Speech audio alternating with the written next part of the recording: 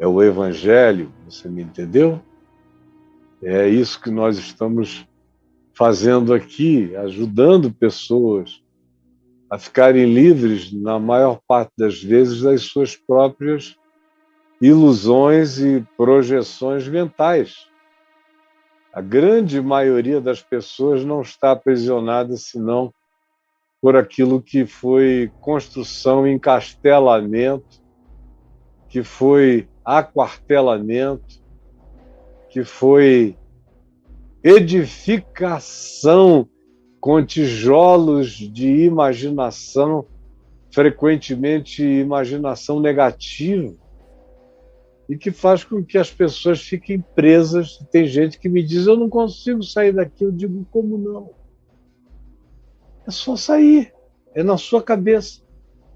Não é em nenhuma porta, não é em nenhum lugar concreto fora de você, é aqui.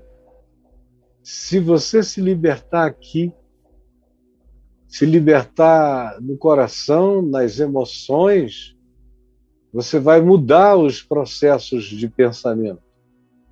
E quando você muda os processos de pensamento, você muda suas atitudes, seu comportamento, as portas se abrem.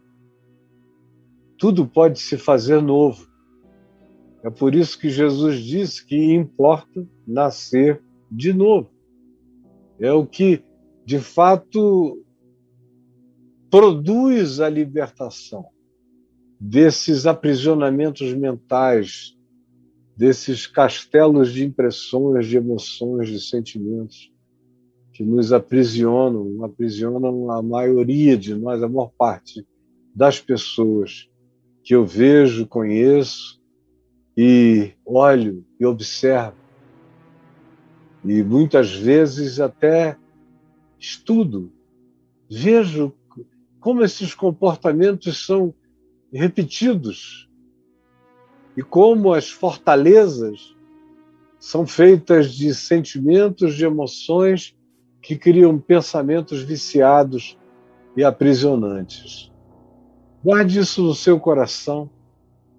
Embora hoje à noite eu queira falar de outra coisa. Olha só, outra coisa não, é a mesma. Porque na realidade tem a ver com as mesmas imaginações, com as mesmas construções, com as mesmas projeções. E do que eu quero falar? Eu quero perguntar a você, para você, quem é bom? Quem é bom?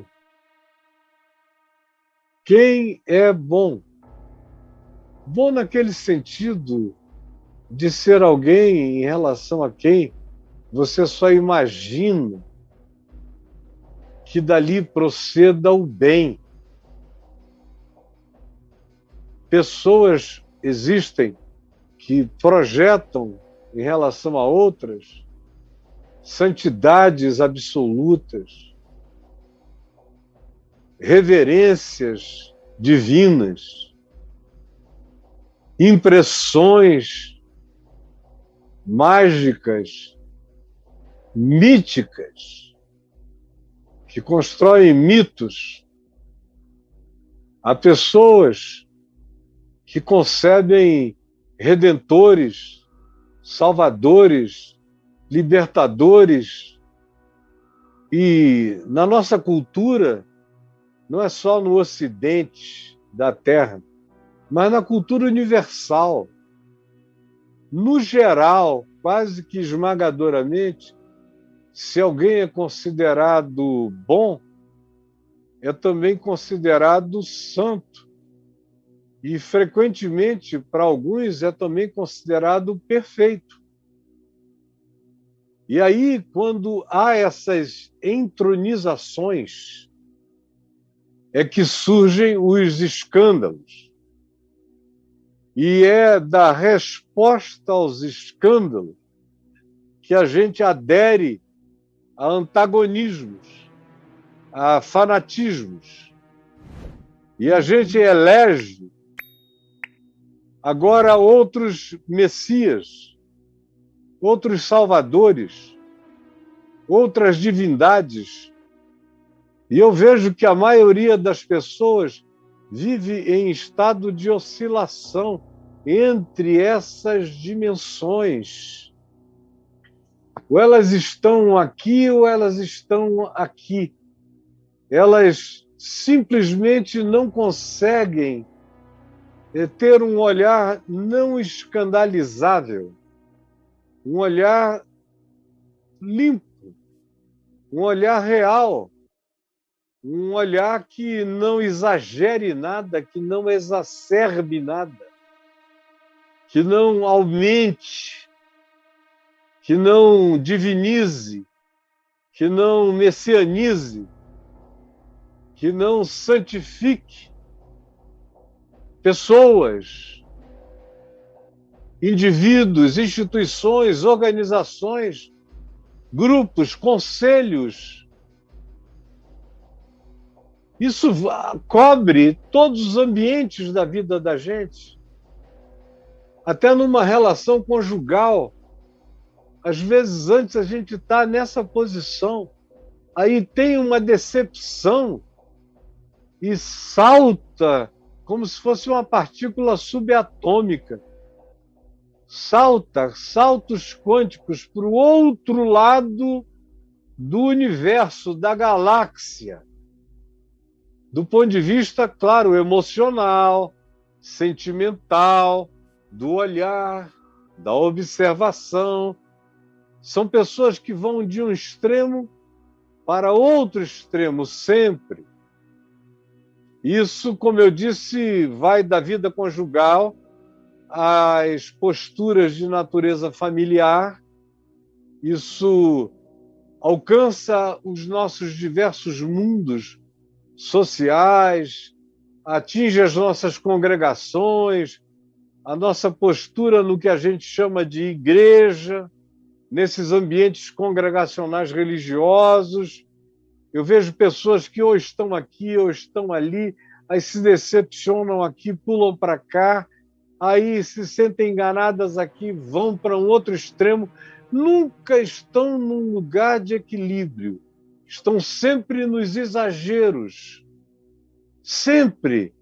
São pessoas que não têm como evitar a bipolaridade, porque a existência delas é bipolar.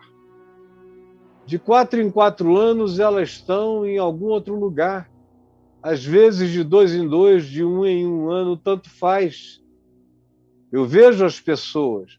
Outras vezes, eu vejo que elas se arrimam, que elas se agarram a determinadas posições nas quais elas nem mais creem.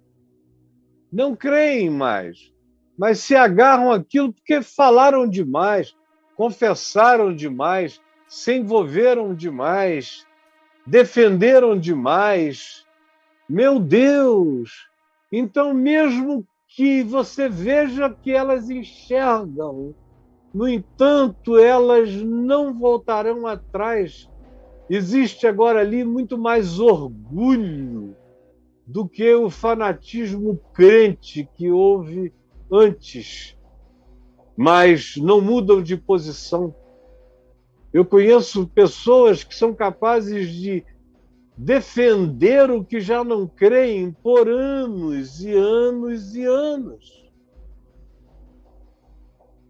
Porque são pessoas que exageram na medida.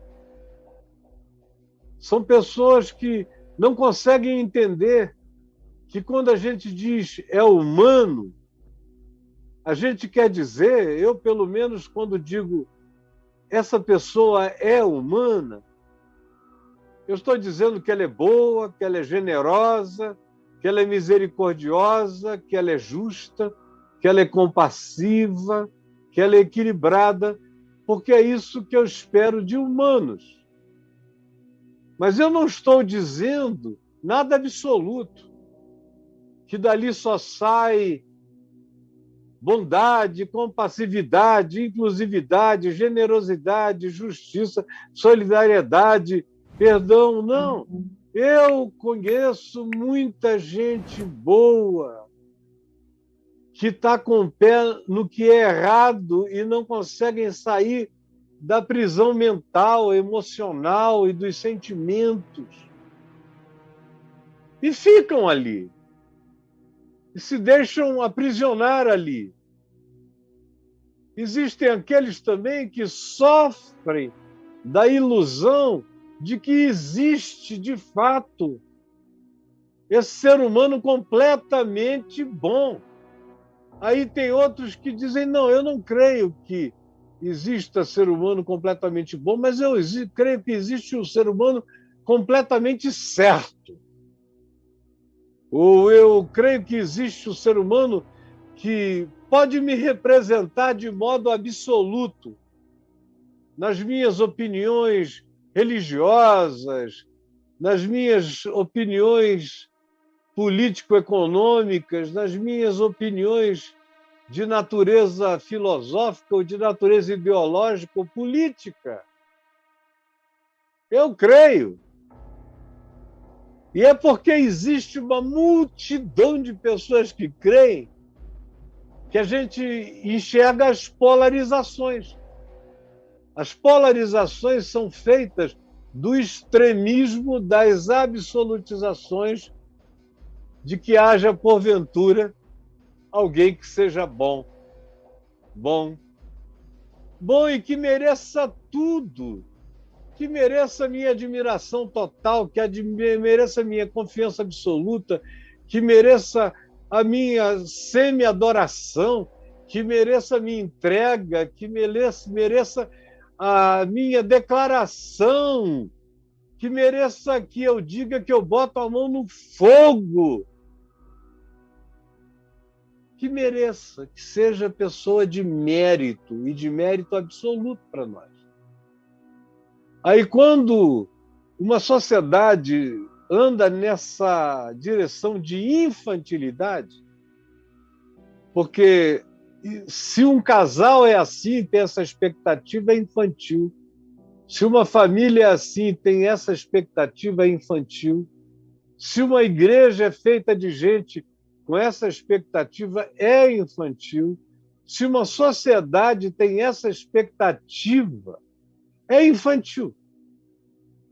Porque quando você chega às melhores sociedades, as mais evoluídas, as mais desenvolvidas, ninguém tem essa impressão. Ninguém acha que o pai é infalível, que o pastor é um santo absoluto ou padre. Ninguém acha que, por ser de igreja ou pertencer à igreja, faz parte de um grupo melhor ou maior ou superior.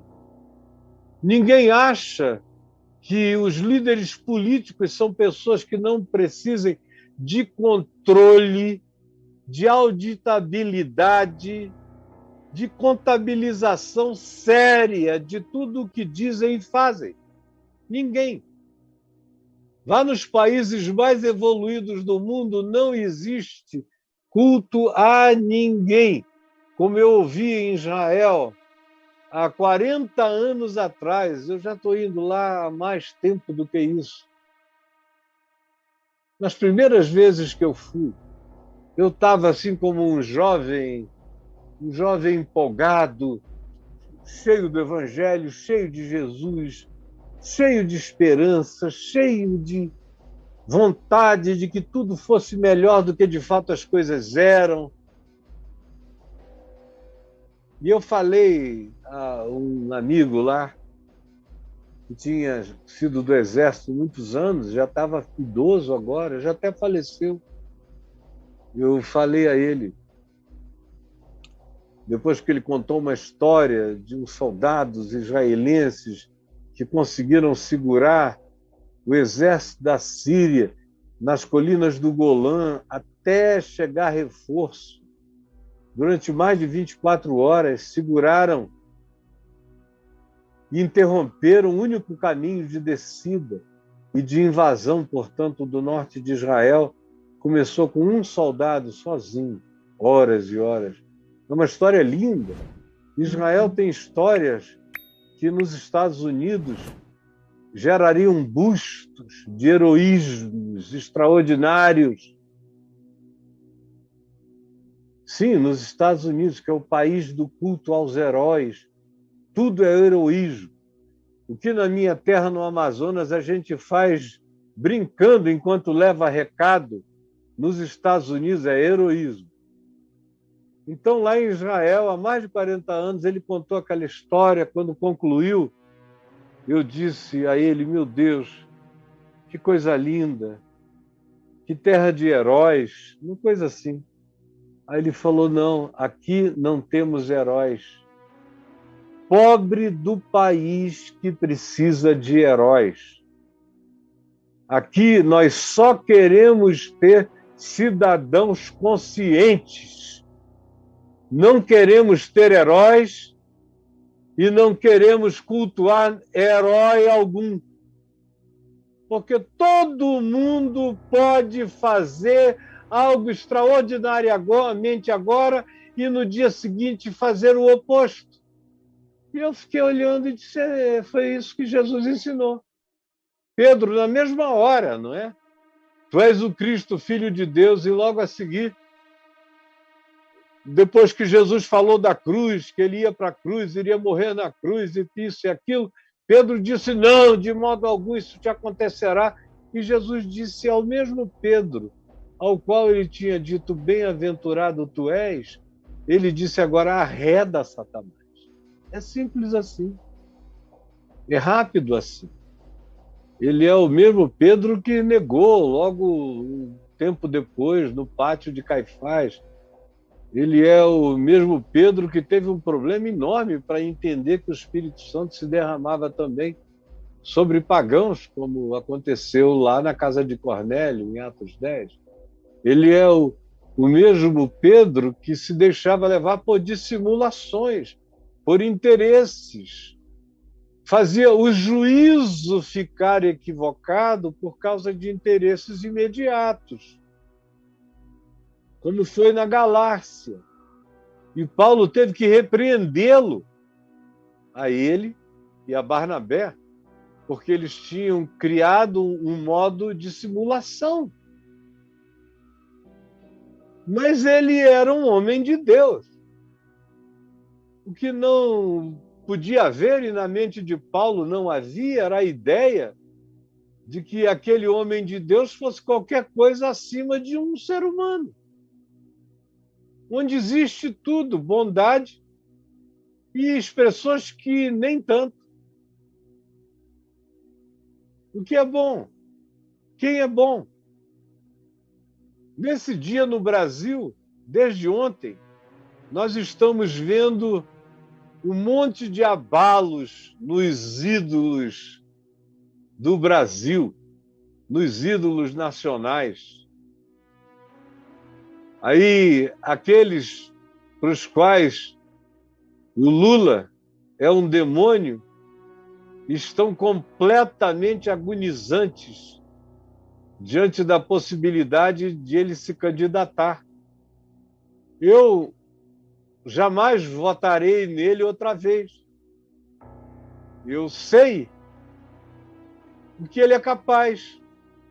E eu, porque sei, porque ele fez na minha frente, na minha cara, não teria como negar a minha própria lucidez e tê-lo como meu candidato a qualquer coisa. Jamais, nunca mais, em tempo algum. Por outro lado, o fato de que, teoricamente, até agora, ele está livre para poder se candidatar, concorrer e até ganhar, estremeceu os antros bolsonaristas, as grutas de conspiração do ódio, muita raiva. O que a gente vai fazer agora? Pararam tudo. Até o ministro Nunes Marques pediu vistas no processo, também, quem sabe, convenientemente, para dar tempo às reflexões de Bolsonaro e seus outros companheiros de imaginação, de controle, de tirania nacional, de falta de empatia. de total expressão de uma atitude completamente desumana no sentido da solidariedade mínima. Não se esperava nenhum rasgo, bastava cumprir o que está escrito no seu manual, na sua descrição de trabalho. Em relação ao que ele tomou juramento, no mínimo, apenas cumprir o juramento e defender essa nação que morre todo dia e que se tornou um viveiro de vírus dos mais potentes a assombrar a pandemia planetária. Mas ele não faz nada, não sente nada, mas é cultuado por muitos que estão ainda esperando que saia dele o que dele não saiu até agora e não sairá até o fim. Então, semelhantemente a Lula, nele, eu já desde 80 que tenho a posição firmada de não fazer nada em favor das intenções desse senhor, porque eu sei quem ele é. E eu sou amigo de pessoas que sentaram ao lado dele na Câmara Federal durante anos e anos e anos e anos, do lado, e que tiveram uma observação extraordinária quanto à constatação de que não sai nada bom dessa pessoa. Não saiu, não sairá, não se enganem. Mas de ontem para cá está tudo relativizado. Os quartéis que no passado ele já quis incendiar estão estremecidos.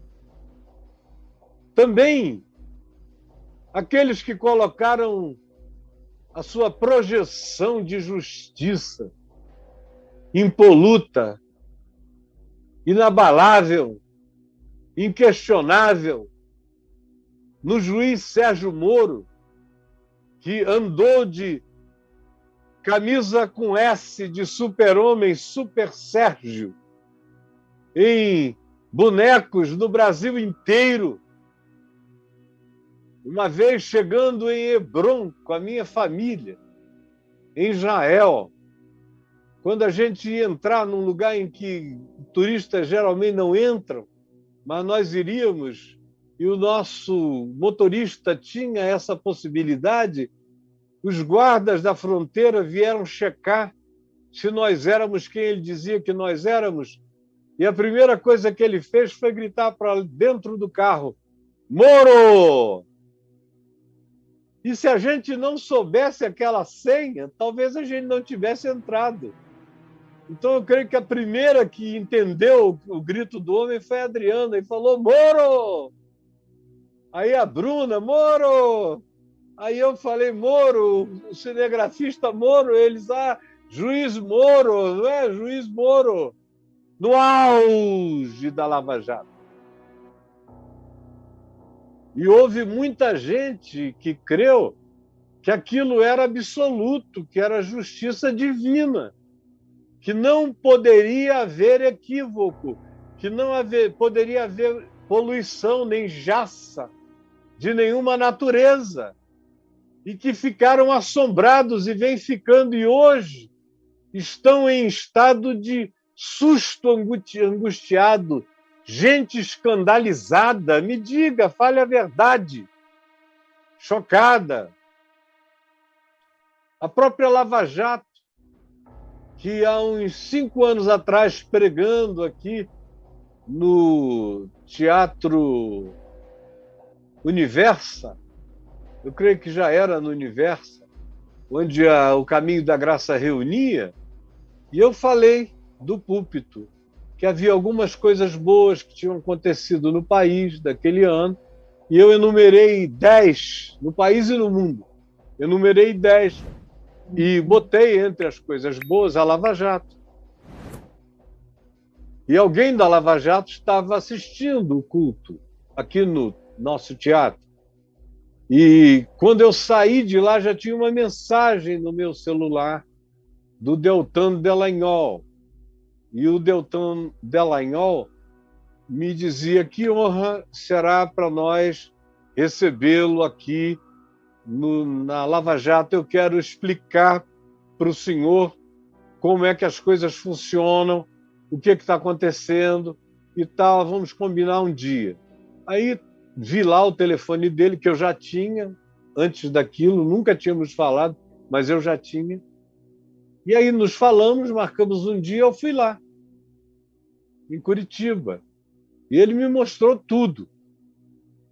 E com muita liberdade, com muita tranquilidade no falar, ele se expressou. Eu vi que o Carlos Fernando, aquele que parece o Barão do Rio Branco, muito resguardado, muito sério, muito na defesa, aparentemente não estava gostando da minha visita, entrando ali pelos intestinos da Lava Jato, ouvindo tantas coisas, e também sobre equipamento de rastreio de milhões de contas, a um tempo só, simultaneamente, como nunca tinha havido no Brasil antes, a ponto dele me dizer: se a gente não tivesse esse instrumento aqui, nada tinha acontecido. E ouvi, conversei, foram muitas explicações interessantes. Eu fiquei muito grato de estar sendo instruído em relação ao que eles estavam fazendo. Descemos para almoçar, tivemos um almoço muito agradável, onde, entre tantas conversas, eu falei a ele que eu achava que o Lula era uma pessoa inalcançável do ponto de vista da justiça. Inalcançável. E eu disse por que eu tinha certeza. A partir de mim mesmo, das minhas experiências. E eu disse: ele não é alcançável porque ele nunca faz nada, ele não faz nada. Aquele teu PowerPoint, depois botando e dizendo que ele era o chefe, aquilo não vai se cumprir de maneira factual, com os devidos instrumentos de natureza probatória, jamais. Jamais. Porque ele não faz. Você pode até chegar a descobrir e saber que é dele, que é ele que pediu, foi ele que falou, foi ele que piscou, porque ele dá umas piscadinhas que quem convive com ele sai para fazer o que a piscadinha disse. São verdadeiros códigos Morses. Nas outras abundantes linguagens que ele tem com as pessoas que são íntimas dele, e todo mundo que é íntimo dele está dizendo: é verdade o que o Caio está falando, porque é. Ele ouve uma história, dependendo de como ele acena com a cabeça, alguém sai para fazer o que ele disse, e essa pessoa que sai sabendo que ele não fez nada, ele não disse nada, ele não pode ser responsabilizado por nada, ele não deverá ser jamais. É uma questão de proteção a Deus. É como o evangélico, o crente, o cristão fanático tenta proteger a Deus, quando ele esconde as barbaridades que acontecem, mas cobre tudo para não gerar escândalo, que é para proteger a Deus. É assim que se faz de todo lado. Do lado da esquerda extrema e do lado da direita extrema. Se faz do mesmo modo, se age da mesma forma. Quem é bom? Quanto ao julgamento, nem os ministros do Supremo Tribunal são referência de coisa alguma. Tem ministro que ganha fábulas ali com os cursos que oferece, que vende, com as palestras que fazem, ficam riquíssimos. É uma grande vantagem não ser juiz do Supremo Tribunal, mas é vantagem o que dali procede para a maioria deles. Eu não estou dizendo que são absolutamente todos, mas a maioria, e os que não se remuneram com dinheiro de formas indiretas ou promovendo bancas advocatícias onde eles tenham o quinhão e a parte deles, ou as pessoas deles ali vinculadas. Quando não seja assim, e quase sempre é assim, tem também aqueles que se remuneram com a glória, com a fama, que orgasmam com a admiração da sua justiça, da sua beleza, da estética ético-jurídica. Tem gente que me vê assim e o cara se remunera com esse capital de glória. E todos ali se remuneram também com esse capital. Até os melhores. Um amigo meu, repórter muito conhecido no Brasil, conversando há um tempo atrás comigo, eu falei de um determinado juiz que ele conhecia também. Ele falou: esse cara aí é um pouco melhor, só tem 2 egos, porque todo mundo ali tem de 7, 8, 9, 10 para cima. Egos. Quem é bom? Quem é bom? Leia aí em Marcos, capítulo 10, do verso 17 ao verso 22. E pondo-se Jesus a caminho, correu um homem ao seu encontro, e ajoelhando-se perguntou-lhe: Bom mestre, que farei para herdar a vida eterna? Respondeu-lhe Jesus: Por que me chamas bom? Ninguém é bom. Ninguém é bom. Ninguém é bom. Porque todos pecaram e todos carecem da glória de Deus. Ninguém é bom senão um só, que é Deus. Sabes os mandamentos: não matarás, não adulterarás, não furtarás, não dirás falso testemunho, não defraudarás ninguém, honra teu pai e a tua mãe. Então, o homem que se ajoelhou aos pés dele, chamando-o de bom mestre, lhe respondeu: Mestre. Agora ele já não falou mais bom. Mestre, tudo isso tenho observado desde a minha juventude. Ou seja, esses mandamentos de Moisés é coisa que é um pepé que eu aprendi a fazer na infância. Isso aí é bobagem. Eu estou para além disso. Eu tenho MBA. Eu tenho a validação de Harvard. Eu tenho, enfim, instrumentos de capacitação que os outros não têm. Eu não precisa me perguntar e nem me falar sobre esses mandamentos, porque isso aí é bobagem para mim. Olha só. Não matarás, nunca matei, não adulterarás, nunca adulterei, não furtarás, nunca furtei. Pago inclusive os impostos, às vezes mais do que deveria.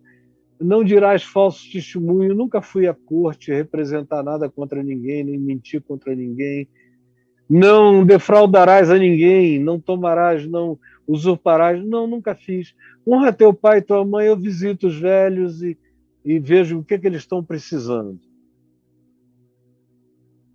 Então isso eu tenho feito a vida inteira. Eu não sei nem por que existe esse assunto. Porque eu já passei dessa. Mas Jesus, sempre que tem um cara assim, com esse tipo de culto à bondade humana, no caso aqui, era a própria bondade dele. Ele não transferia essa projeção para outros. E no trato com Jesus, quando ele chamou Jesus de bom, era uma amenidade de gentileza social e de bajulação, de naturalização da bondade vinculada ao ensino, ao mestre, ao pastor, ao sacerdote, a uma figura especial, a um político, a um procurador-geral, a um juiz, a um presidente. Bom, Ele já tinha naturalizado isso, porque ele queria ter liberdade para dizer que ele era bom e ele falaria de si de um modo tal que até Moisés ficava pequeno, porque Moisés não cumpriu esses mandamentos aqui todos, mas ele estava cumprindo isso desde a sua mocidade. Davi não cumpriu, mas ele estava cumprindo desde a sua mocidade. Pedro não cumpriu, Paulo não cumpriu, ninguém cumpriu, mas ele estava cumprindo tudo isso desde a sua mocidade. Nem Jeremias, nem Isaías, nem o Santo Oséias, ninguém tinha cumprido isso, mas ele estava vivendo isso desde a sua mocidade. Moisés foi receber esses mandamentos com mais de 80 anos, mas ele estava vivendo isso desde os 8 anos de idade. Era o culto à própria bondade também dele. Mas Jesus fitando, olhando nos olhos dele, na íris, mas Jesus fitando. Eu gosto da expressão fitando, mas Jesus fitando o amor. Aquele amor cheio de compaixão. Aquele amor que diz, meu filho, você não sabe nada. Por favor, não me faça pegar você pela mão e mostrar para você aqui e agora que você não tem essa disposição toda. Você não é capaz dos mandamentos por uma única razão.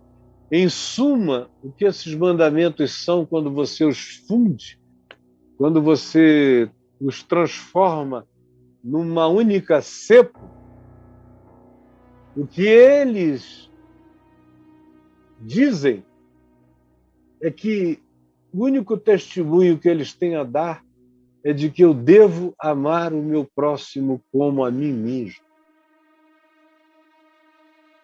Então Jesus diz, meu filho, dá uma olhada nos olhos dele, com aquele amor que diz, puxa, você pensa que entendeu e não entendeu nada.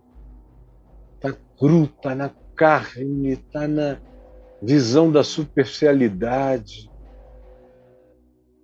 Olha só como é que você não suporta as implicações do mandamento. Porque os mandamentos são um só. Amarás o Senhor teu Deus sobre todas as coisas e ao teu próximo como a ti mesmo.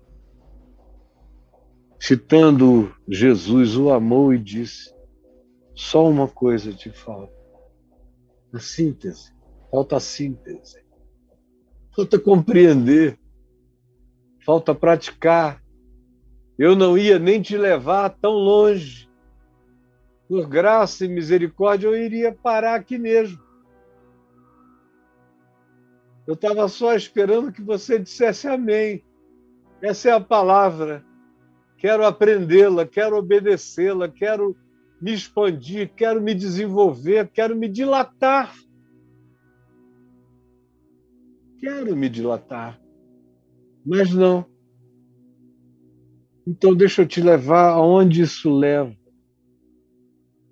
Só uma coisa te falta. Vai. O que falta é te botar em ação agora, na direção que tu não queres enxergar nem admitir. Tu estás só fazendo isso por ti. Mas tu não faz isso de fato para o próximo. E tudo que está aqui só tem a ver com o próximo e com amá-lo. Vai, vende tudo que tens, dá-o aos pobres e terás um tesouro no céu. Então vem e segue-me. Ele, porém, contrariado com esta palavra, retirou-se triste, porque era dono de muitas propriedades. Quero concluir dizendo 3 coisas simplíssimas para você pensar e fazer a sua síntese. Primeiro, quem crê nisso que eu acabei de falar, nisso tudo com o que eu introduzi, nessa história de Jesus com esse jovem que eu acabei de descrever, quem crê nesse desfecho, quem crê nessa conclusão, quem crê nesse discernimento, quem crê no Evangelho, não, de fato, quem crê que existe o ser bom, quem crê que existe o ser acima do bem e do mal, quem crê que existe o grande juiz, quem crê que existe o grande libertador solidário, quem crê que existe o grande Messias da produção de potências nacionais, quem crê que existem juízes sem manha, sem interesses pessoais, quem crê nisso não conhece a si mesmo. Quem se escandaliza quando vê isso acontecendo ainda não conheceu bastante de si mesmo. Eu não me escandalizo com nada nem com ninguém a partir de mim mesmo. Eu aprendi a partir de mim mesmo que eu não sou um homem acima do bem e do mal.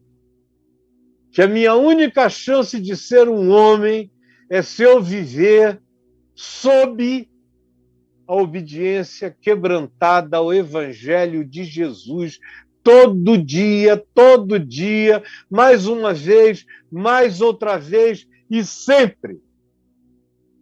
Eu conheço em mim mesmo que eu sou corruptível, que eu sou sensualizável, que eu sou impressionável, que eu sou ludibriável, que eu sou enganável e que eu me engano acerca de mim mesmo, na minha autoimagem, na minha autoapreciação. Eu aprendi nesses quase 50 anos, agora 49 anos, a partir do próximo sábado em diante, andando com Jesus, pregando o Evangelho, ensinando a palavra para todo lado, eu aprendi em mim mesmo que eu não sou bom, que há um só que é bom. E esse é Deus. Porque entre os humanos, a começar de mim, não tem nenhum. A começar de mim, não tem nenhum. Foi por isso que, com sinceridade, Paulo disse que Jesus veio ao mundo, fiel é a palavra e digna de toda aceitação que Cristo Jesus veio ao mundo, morrer pelos pecadores dos quais eu, Caio, eu, Paulo, sou o principal. E quem crê que existe o bom, não conhece a si mesmo. Qualquer que seja bem absoluto fora de Deus, quem quer que assim creia, que assim espere, que tenha essas vocações, essas dedicações, esse fanatismo, esse desespero, não conhece a si mesmo. É um cara que nunca se enxergou, ele não existe na sua própria percepção, ele nunca se viu. É tosco assim, não tem interior, nem percepção interior. Segunda coisa que eu quero dizer para você, guarde isso no seu coração. Quem propõe isto, de que esse é o meu libertador, esse é o meu Messias, esse é o meu juiz, esse é o meu sistema, quem quer que proponha isso, está escondendo a si mesmo. Tem aqueles que não conhecem, mas tem aqueles que se conhecem e ficam usando isso como tapume e projeção, idolatrando bondades exteriores enquanto escondem as suas próprias realidades. Se ocupam com o que existe do lado de fora para não terem a desculpa nem o pretexto de não se enxergarem. Eles sabem que não suportarão enxergarem-se. É por isso que eles escolhem messias, deuses, redentores, salvadores, libertadores. São capazes de se absolutizar. Um deles diz: eu sou a Constituição. O outro diz: eu só não descobri o Brasil porque eu não estava aqui, porque se eu estivesse aqui era eu quem tinha descoberto. O Brasil é meu. É tudo igual, é tudo a mesma doença. É o mesmo narcisismo. É a mesma maluquice. A terceira coisa que eu quero dizer a você. Terceira coisa que eu quero dizer a você é que quem pergunta por isto, de fato, não quer saber a resposta. O cara que fica querendo saber quem é bom, quem é o melhor, não quer saber a resposta. Como esse aqui, bom mestre, com quem é bom para herdar a vida eterna, quem é bom, não quer saber a resposta. Porque quando a resposta chega, o cara vai embora triste, porque não tem coragem de se arrepender, de se converter. Quase todo mundo que eu conheço que ficam exaltando virtudes, em geral, são aquelas pessoas que não querem saber a genuína resposta ao que significa verdade, virtude, sinceridade e vida real, limpa com Deus. As pessoas, no máximo, cuidam da Receita Federal ou do olhar julgador dos outros crentes ou irmãos, ou membros da mesma sociedade, da mesma loja de cultos morais e de construção de ídolos projetados, mas não aguentam saber a resposta. Quando a resposta chega, e a resposta é o Evangelho, no Evangelho Jesus diz: vamos parar de brincar, menino, de brincar de santidade, de virtude, de elevação, vamos parar com isso. Quem é bom? Só há um bom. E esse é Deus. Então, se você diz que eu sou bom, você está dizendo que eu sou Deus. Agora, se você está brincando de dizer que eu sou bom só porque você decidiu aplicar esse tratamento por aí, então fica sabendo, recolhe isso. Tira isso da tua boca, da tua mente. Não há um só bom. Ninguém é bom. Ninguém.